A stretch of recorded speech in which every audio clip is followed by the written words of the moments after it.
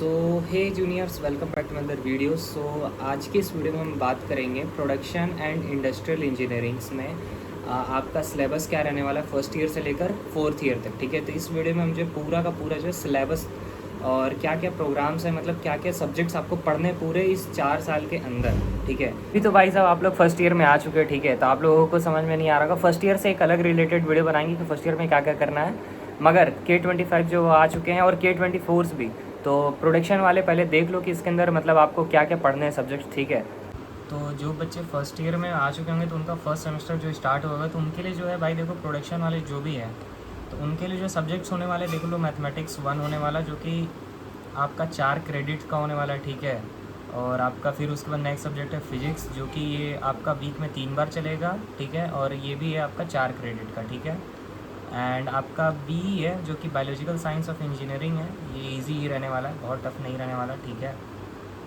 तो आपका एक ये सब्जेक्ट्स हो जाएगा। फिर आपका है पीपीएस, और इसके अंदर जो है आपको सी लैंग्वेज जो है आपको पढ़ाया जाएगा, ये भी आपका 4 क्रेडिट का है। ठीक है, तो ऐसा कुछ होने वाला है। फिर उसके बाद बेसिक्स ऑफ इलेक्ट्रिकल इंजीनियरिंग है, इसमें आपको थोड़ा सा ध्यान देने की ज़रूरत है। आपका 1 नाइट मैराथन नहीं होने वाला। ठीक है, तो इसके अंदर आपको थोड़ा सा स्टार्टिंग से ध्यान देना पड़ेगा। अब आते हैं कि फर्स्ट सेमेस्टर के लैब कितने होंगे। तो कम्युनिकेशन स्किल एक लैब होगा। ठीक है, माइक्रोसॉफ्ट टीम्स पे इसका हो सकता है, और ये 1.5 क्रेडिट का होने वाला है। और फिर उसके बाद है फिजिक्स लैब, जो कि सुबह 8 बजे हो सकता है आपका शेड्यूल में, ये भी 1 क्रेडिट का है। तो इसके अंदर भाई लेट मत होना, तो बाहर ही रह जाओगे इसमें। तो पीपीएस लैब है आपका, ये आर&डी बिल्डिंग में होगा, ये भी आपका 1 क्रेडिट का सब्जेक्ट्स है। एंड इलेक्ट्रिकल इंजीनियरिंग लैब है आपका। ठीक है, तो इसमें भी थोड़ा सा ध्यान देने की ज़रूरत है, इसके अंदर कॉपी वगैरह बहुत अच्छे से बनाने की ज़रूरत है, वरना थोड़ा सा इसके अंदर स्ट्रिक्ट टीचर है। तो स्ट्रिक्ट तो हालांकि हर में है, बट इलेक्ट्रिकल इंजीनियरिंग लैब में कुछ ज़्यादा ही स्ट्रिक्ट है सर, और जो कि आपके फ़ायदे के लिए ही है। और उसके बाद जो आपका एनसीसी है, एनएसएस, पीटी एंड गेम्स होगा, क्रिएटिव आर्ट्स होगा, एंटरप्रेन्योरशिप होगा, तो ये कुछ है। ठीक है, ये भी आपका 1 क्रेडिट का है। ठीक है, तो अब बात करते हैं भाई सेकंड सेमेस्टर में। तो सेकंड सेमेस्टर में आपका मैथमेटिक्स 2 आ जाएगा। ठीक है, ये थोड़ा सा भाई देखो डराने वाला सब्जेक्ट्स है। अब मैं बोल के आपको वो हड़काना नहीं चाह रहा, बट ठीक है, आपको इसमें स्टार्टिंग से पढ़ने की ज़रूरत पड़ेगी। तो काफ़ी ज़्यादा ये थोड़ा लेंदी सब्जेक्ट होने वाला मैथमेटिक्स 2। एंड उसके बाद है केमिस्ट्री। तो देखो केमिस्ट्री भाई बहुत सारे बच्चों का ठीक नहीं होता, जैसे मेरा भी ठीक नहीं था केमिस्ट्री हालांकि, बट उसमें भी भाई आपका हो जाएगा, पढ़ते रहना है आपको। ये भी 4 क्रेडिट का है। ठीक है, तो क्रेडिट्स का ध्यान रखना भाई साहब, जो ज़्यादा क्रेडिट का है उसके अंदर मतलब समझ लो कि बहुत ज़्यादा ही मेहनत करना है, इसके अंदर बहुत अच्छा मार्क्स लाना, पासिंग मार्क्स लाने का मत सोचना। ठीक है, फिर है इन्वायरमेंटल साइंस, तो ये भी आपका 2 क्रेडिट का सब्जेक्ट्स है। ठीक है, तो इन्वायरमेंटल साइंस में बेसिक्स वही आपको पढ़ने को मिलेगा। ठीक है, इन्वायरमेंट से रिलेटेड ही, जैसे पोल्यूशन हो गया आपका, 2 टाइप के पोल्यूशन होते थे, प्राइमरी एंड सेकेंडरी पोल्यूशंस, तो इसी पे है। फिर इसके अंदर बहुत सारे साइकिल्स आ जाएंगे, तो वो है। फिर बीएमई है आपका, बेसिक्स ऑफ मैकेनिकल इंजीनियरिंग, ये आपका 3 क्रेडिट का, ये भी बहुत अच्छे से पढ़ना, क्योंकि मैं बता दे रहा हूँ कि थर्ड सेमेस्टर और फिफ्थ सेमेस्टर में बहुत ज़्यादा यूज़ होने वाला है।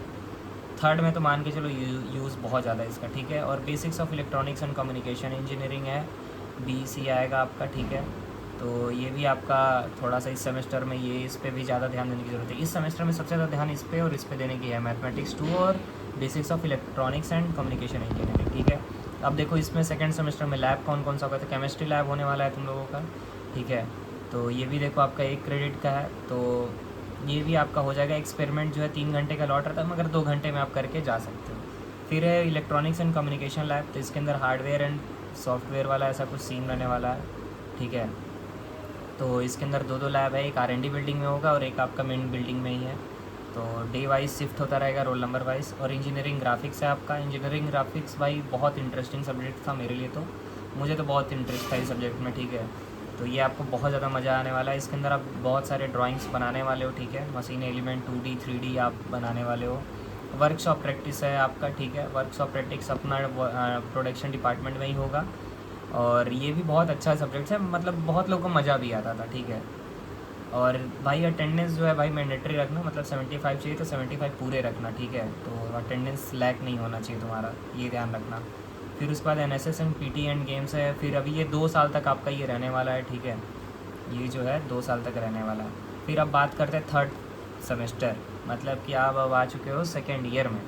ठीक है। तो न्यूमेरिकल मैथमेटिक्स सब्जेक्ट्स है, ठीक है। तो ये भी भाई मैथमेटिक्स का एक छोटा सा सब्जेक्ट है जो कि बहुत इंटरेस्टिंग सब्जेक्ट है। इसके अंदर बाइसेक्शन मेथड, रगला फालसी, ये सारी चीज़ें जो है आपको पढ़ने को मिलेंगी। यूएचबी जो है हारमोनी के बारे में भाई आपको मतलब सीखना है, आदर सम्मान संस्कार यही सब चीज़ें हैं इसके अंदर, ठीक है। इंट्रोडक्शंस टू मटेरियल इंजीनियरिंग, हम लोगों के टाइम पे इंट्रोडक्शन टू मटेरियल्स इंजीनियरिंग की जगह पे एमएमई था, मतलब कि मटेरियल एंड मटेलर्जिकल साइंस है, इसी तरह कुछ करके था, मटेरियल्स एंड मटेरियल इंजीनियरिंग था वो, ठीक है। एमएमई जिसको हम लोग बोलते थे। तो तुम लोग का थोड़ा सा स्कोर रिफाइन कर दिया गया है इस सब्जेक्ट को, तो तुम लोग के लिए बहुत अच्छा है। ऑपरेशन एंड रिसर्च बहुत अच्छा सब्जेक्ट है ये, बहुत ही ज़्यादा अच्छा सब्जेक्ट है ये ऑपरेशन एंड रिसर्च, काफ़ी इंटरेस्टिंग होने वाला है, ठीक है। बहुत इंटरेस्टिंग ये है। तुमको मैं बता दूं कि सब्जेक्ट्स में ये है कि समझ में अगर आ गए तो तुम्हारे दिमाग में एकदम बैठ जाने वाला, तो ये भी बहुत अच्छा है भाई सब्जेक्ट्स, ठीक है। हाँ, अब देखो इस सेमेस्टर में किस पे सबसे ज़्यादा ध्यान देने की ज़रूरत है, जिसमें बहुत ज़्यादा डर भी लगता है, स्ट्रेंथ ऑफ मटेरियल। ये आपका 4 क्रेडिट का सब्जेक्ट्स है एंड ये थोड़ा सा आपको पढ़ना पड़ेगा भाई, इसको बहुत ही ज़्यादा अच्छे से पढ़ने की ज़रूरत है, वरना अगर ये नहीं पढ़ोगे आपका 5th सेमेस्टर में 3 सब्जेक्ट्स ऐसे मिलेंगे जिसके अंदर स्ट्रेंथ ऑफ मटेरियल और ये मटेरियल्स इंजीनियरिंग, ये बहुत ज़्यादा काम आने वाला है। तो ये और ये आपका स्ट्रेंथ ऑफ मटेरियल और इंट्रोडक्शन टू मटेरियल इंजीनियरिंग बहुत ध्यान से पढ़ने की ज़रूरत है तुम लोगों को, बहुत ज़्यादा। फिर आएगा एक टीएफई है, मैकेनिकल का ही एक सब्जेक्ट है, थर्मल एंड फ्लूइड इंजीनियरिंग, ये भी 3 क्रेडिट का, इसको भी पढ़ने की ज़रूरत पड़ेगी भैया, ये भी बहुत आसानी से नहीं समझ में आता, ठीक है। अब लैब की बात कर लेते हैं, तो न्यूमेरिकल मेथड्स का लैब होगा, ठीक है। उसके अंदर सी या C++ में तुमको रेगुलर फालसी यूज़ करके तुमको प्रोग्राम लिखने होंगे, ठीक है। और एमी लैब है, इसके अंदर तुमको मान के चलो कि स्टील के कुछ रॉड्स के टुकड़े होंगे तो छोटे छोटे, उसको तुम मल्टीपल्स नंबर ऑफ पेपर, मतलब कि सैंड पेपर पे जो है तुम्हें ऐसे रब करके उसका एटम्स तक जा सकते हो, मतलब एटम्स तक तो नहीं बट उसके स्ट्रक्चर्स को तुम लोग डिस्कस करने वाले हो, ठीक है। मार्टेनसाइट हो गया, ऑस्टेनाइट हो गया, तो ये सारी चीज़ें जो है तुम लोग पढ़ने वाले हो। Basics of mechanical engineering lab, BME lab, तो एमी लैब भी बहुत अच्छा लैब था, ठीक है। इसके अंदर शायद आई थिंक परफॉर्मेंस की ज़रूरत नहीं होती है, बट अगर इस बार होगा तो वो देखो भाई बता नहीं पाएंगे, बट इसके अंदर मेनली परफॉर्मेंस नहीं होता, वाइवा होता है और एक्सपेरिमेंट तुम्हें करना होता है। फिर से एनसीसी और एनएसएस पीटी गेम्स ये रहेगा ही तुम्हारा, 2 साल तक अभी रहने वाला है। अब आ जाओ 4th सेमेस्टर में, केडीएम बहुत इंपॉर्टेंट है, बहुत ही ज़्यादा इंपॉर्टेंट है। इंपॉर्टेंट इस वजह से है क्योंकि 5th सेमेस्टर में और आने वाले सेमेस्टर में तुमको काम देने वाला है, ये भी बहुत इंपॉर्टेंट है। Foundry, forming and welding technology, ठीक है। तो ये भी तुम्हारा है, ये सबसे ज़्यादा इंपॉर्टेंट है क्योंकि 4 क्रेडिट का है केडीएम तुम्हारा, kinematics and dynamics of machine. फिर एक मेट्रोलॉजी एंड मेजरमेंट, देखो इस सेमेस्टर में तुम लोगों का आ गया भाई साहब, ये हम लोग अभी पढ़ रहे हैं 5th सेमेस्टर में, तो ये तुम लोगों का 4th सेमेस्टर में ही डाल दिया गया, ठीक है। ये भी काफ़ी ज़्यादा इंपॉर्टेंट है भैया, जो भी सप्लाई चेन मैनेजमेंट पढ़ेंगे, प्रोडक्शन एंड ऑपरेशन मैनेजमेंट जो है बहुत ही ज़्यादा इंपॉर्टेंट है भाई साहब। 4 क्रेडिट का ये सब्जेक्ट्स होने वाला, बहुत ही ज़्यादा इंपॉर्टेंट है ये, ठीक है। अब तुम लोग को 4th सेमेस्टर में आ गए तो तुम लोग को प्रोग्राम इलेक्टिव जो है चूज़ करने को मिलेगा, ठीक है। तो एक सब्जेक्ट जो है तुम लोगों को कोई चूज़ करने को मिलेगा, तो तुम लोग उसके अंदर से चूज़ कर लोगे, क्या चूज़ करने को मिलेगा वो भी मैं बता दूंगा अभी नीचे। फिर एक आएगा तुम्हारा open elective. Open elective basically तुम्हारा होगा जिसके अंदर तुम एक सब्जेक्ट चूज़ कर सकते हो ओपन इलेक्टिव में, जैसे जर्मन तुम सीख सकते हो, और भी बहुत सारे हैं टेक वाले कुछ सब्जेक्ट्स मिल सकते हैं तुम्हें। और जैसे हम लोग बताए तो मूक कंसिडर करते हैं, ठीक है। मूक थोड़ा सा ईजी रहता है, बाकी मूक के अंदर तुम कुछ भी चूज़ कर सकते हो, बट चूज़ करने से पहले एक बार डिस्कस कर लेना अपने टीचर से, ठीक है। मूक में जैसे हम लोग सस्टेनेबल डेवलपमेंट चूज़ किए थे मूक 1 में, तो भाई बहुत अच्छा था, नो डाउट। फिर एक है इंडियन नॉलेज सिस्टम है, आई डोंट नो ये क्या है भाई साहब, मुझे भी लिटरली अभी आइडिया नहीं है भाई, ये तो नया कुछ सब्जेक्ट्स दिख रहा है, इंडियन नॉलेज सिस्टम है, ठीक है। अब आते हैं भाई इसमें लैब की बात करते हैं, 4th सेमेस्टर के लैब। तो foundry, forming and welding technology का लैब होने वाला है, काफ़ी इंटरेस्टिंग लैब है, नो डाउट, ठीक है। मेट्रोलॉजी एंड मेजरमेंट लैब आपका होगा, ये भी इंटरेस्टिंग है, बोरियत आपको लग सकता है मगर इंटरेस्टिंग है, ठीक है। मॉडलिंग एंड सिमुलेशन लैब, ये बहुत ही तगड़ा भाई लैब है, मतलब कह सकते हो कि बहुत ही इंटरेस्टिंग ये भी आपका लैब है, ठीक है। Modelling and simulation lab. तो जो अगला सब्जेक्ट फिर से देखो वही एनसीसी एंड पीटी गेम्स तुम्हारा 2nd ईयर तक रहेगा। अब ये 4th सेमेस्टर में आ गए तो मतलब अब ख़त्म है तुम्हारा ये एक्टिविटीज़, ठीक है। अब बात करते हैं 5th सेमेस्टर में, ठीक है। तो 5th सेमेस्टर में जो है, जो कि 5th सेमेस्टर में है जो है ना आपका, ये देखो machine science and machine tools, ठीक है। एक ये भी आपका चिप फॉर्मेशंस के बारे में लिटरली बहुत अच्छे से तुम लोग जानोगे, बहुत इंटरेस्टिंग सब्जेक्ट है, नो डाउट। हाँ देखो सबसे ज़्यादा मेहनत वाली जो सब्जेक्ट्स है भाई साहब, ये है डिज़ाइन और मशीन एलिमेंट। देखो भाई थोड़ा सा ये मुश्किल में समझ में आ रहा है, ठीक है, तो ये थोड़ा सा में ध्यान देने की ज़रूरत है हमेशा। एंड अब बात करते हैं गाइस, तो अगला जो सब्जेक्ट्स होने वाला है ये भी प्रोडक्शन का ही, स्टैटिस्टिकल्स क्वालिटी कंट्रोल होने वाला है। ये भी 3 क्रेडिट का सब्जेक्ट्स है, ठीक है। तो ये भी देखो काफ़ी इंटरेस्टिंग सब्जेक्ट है, काफ़ी इंपॉर्टेंट सब्जेक्ट्स है, ठीक है। Programme elective first second and programme elective आपका थर्ड है, ठीक है। तो इन सब में भाई आपको सब्जेक्ट चूज़ करने पड़ेंगे। जैसे हम AWT हो गया, एडवांस वेल्डिंग टेक्नोलॉजी हो गया आपका, जो कि आपने 4th सेमेस्टर में जो कि पढ़ा था ना, ये advance foundry forming and welding technology, इसमें 2 पार्ट्स हो जाएंगे आपके, ठीक है।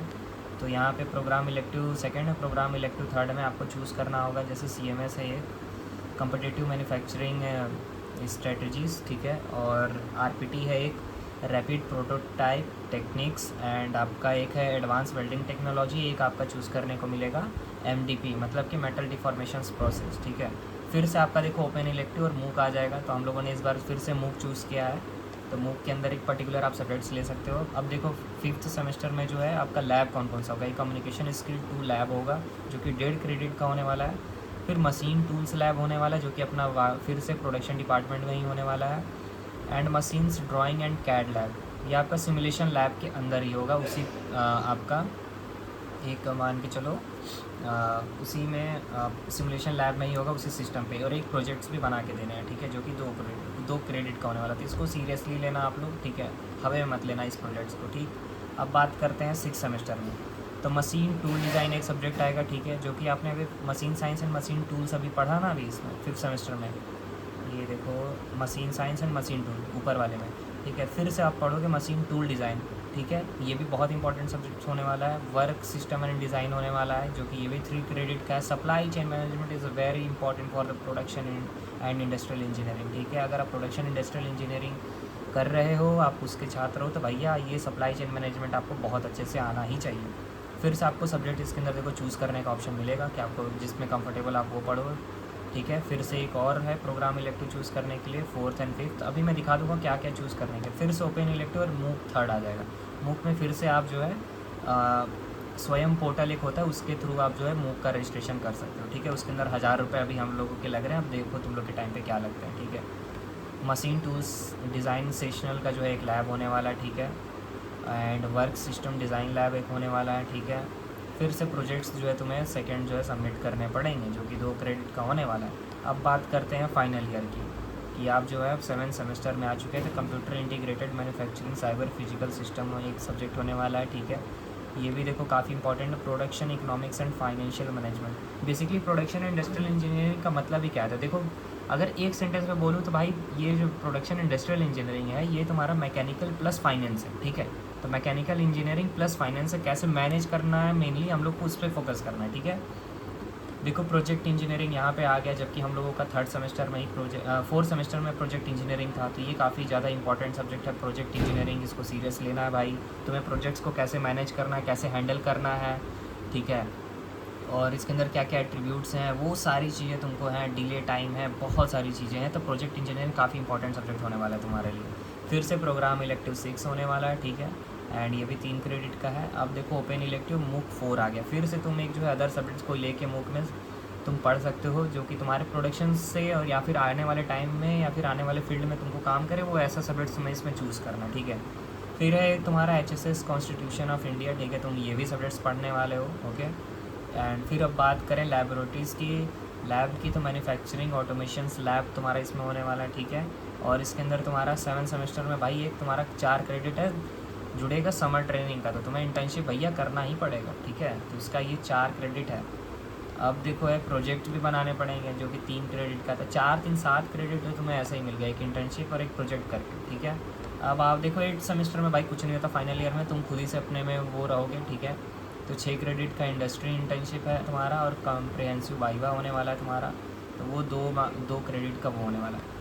ओवरऑल तुम्हारा ये है पूरा कोर्स डिटेल कि तुम लोग 8th सेमेस्टर तक करना क्या हम लोगों को, ठीक है। अब देखो बात करते हैं जो डिपार्टमेंट जो तुम्हारा इलेक्टिव्स था, जो चूज़ करना था प्रोग्राम इलेक्टिव्स, अभी जो अपने ऊपर देखा तुम लोगों ने, तो देखो क्या क्या है। 4th सेमेस्टर में देखो any1 लिखा है ना, ये any1 तुम ये 4th सेमेस्टर में जो है तुम इन सब में से कोई सा भी एक चूज़ कर सकते हो, ठीक है। बट मेनली चूज़ करने के लिए क्या मिलता है, discrete events event system simulation और quantitative techniques for the data analysis, दोनों बहुत अच्छी सब्जेक्ट्स है, ठीक है। तो इन दोनों में से हम लोगों को चूज़ करने का मौका मिला था, तो मैंने भाई डेस लिया था, डिस्क्रीट इवेंट सिस्टम सिमुलेशन, ठीक है। ये भी 3 क्रेडिट का होने वाला है तुम्हारा। अब बात करते हैं 5th सेमेस्टर में, ठीक है। तो 5th सेमेस्टर में देखो मैंने बताया था तुम लोगों को, ये देखो ये सेकेंड हाईलाइट कर दूँ मैं, तो कॉम्पिटिटिव मैन्युफैक्चरिंग स्ट्रेटजीज़ है तुम्हारा, ठीक है। और एक सेकेंड कट जा भाई, कट जा, ठीक है। तो एडवांस ऑपरेशन एंड रिसर्च है, जो कि तुमने 3rd सेमेस्टर में अभी पढ़ा, तो ये तुम्हारा फिर से 5th सेमेस्टर में चूज़ करने के लिए आ सकता है। Advance operation and research, competitive manufacturing strategies, बहुत अच्छा सब्जेक्ट है। Circular economy and sustainable materials management, कैसे हैंडल करना वो सारा डिटेल है। फाइनाइट एलिमेंट मेथड से ये है तुम्हारा। अब देखो इसमें से भी 5th सेमेस्टर में देखो P3 है, प्रोग्राम इलेक्टिव 3rd, इसमें से देखो एडवांस वेल्डिंग टेक्नोलॉजी है, ठीक है। इसके अंदर क्या पढ़ाया जाएगा, introduction to materials engineering, foundry forming and welding technology, ये भी 3 क्रेडिट का होने वाला है तुम्हारा। और अभी देखो है रैपिड प्रोटोटाइप एंड टूलिंग, ठीक है।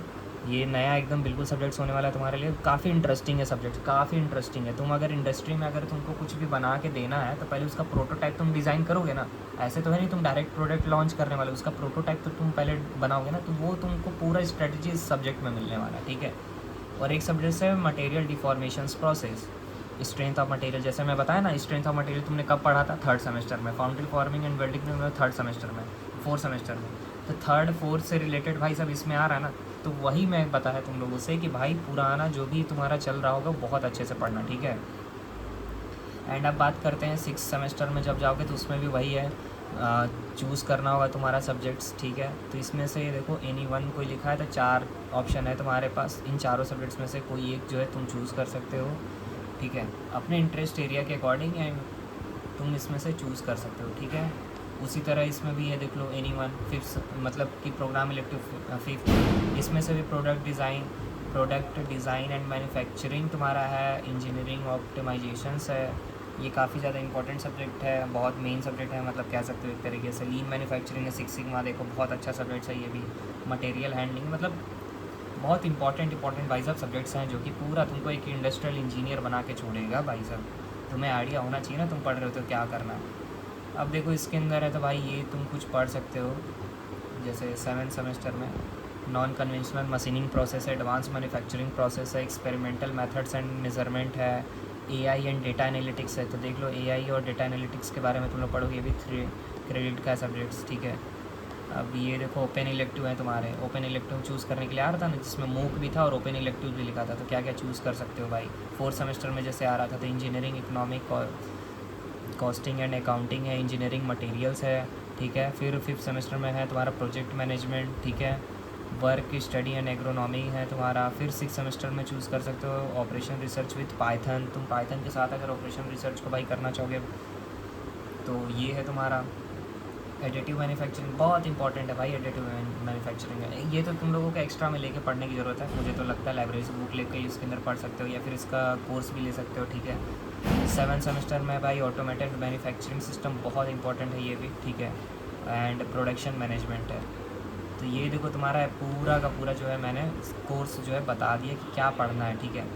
अब फिर इसके अंदर अब जैसे है कि वीडियोस के अंदर मैं ये बता सकता हूँ कि पूरा एक सेमेस्टर वाइज बताऊँगा, तो वो भी तुम लोग कर सकते हो, ठीक है। वीडियोस जो है ऑलरेडी बहुत ज़्यादा लंबा हो चुका है, ठीक है। इसको तुरंत अब हम यहीं पे समाप्त करते हैं, और कुछ भी डाउट रहा किसी भी सब्जेक्ट्स को लेके, तो वो भाई बता देना, मैं शॉर्ट्स वीडियो के थ्रू बता दूंगा, या फिर लॉन्ग वीडियो ही फिर से बना दूंगा, ठीक है। एंड आई होप कि तुमको पता चल गया होगा कि तुमको पढ़ना क्या क्या भाई, पूरे इस प्रोडक्शन इंडस्ट्री में 4 साल तुम्हें पढ़ना कौन से सब्जेक्ट्स है, तुमको ये आइडिया हो गया बेसिक सा कि मतलब तुम्हें कौन कौन से सब्जेक्ट्स पढ़ने हैं, ठीक है। अब किसी को भी किसी भी सब्जेक्ट्स में डाउट हो किसी भी सेमेस्टर का, तो वो मेरे से भाई कमेंट में पूछ सकता है, ठीक है। अब इस वीडियो को करते हैं यहीं पे समाप्त, ठीक है। और चैनल पे नए हो तो प्लीज़ चैनल को सब्सक्राइब के बिना मत जाना, ठीक है। और वीडियो को लाइक कर देना, शेयर कर देना, और भी अपने प्रोडक्शन वालों के साथ शेयर कर देना।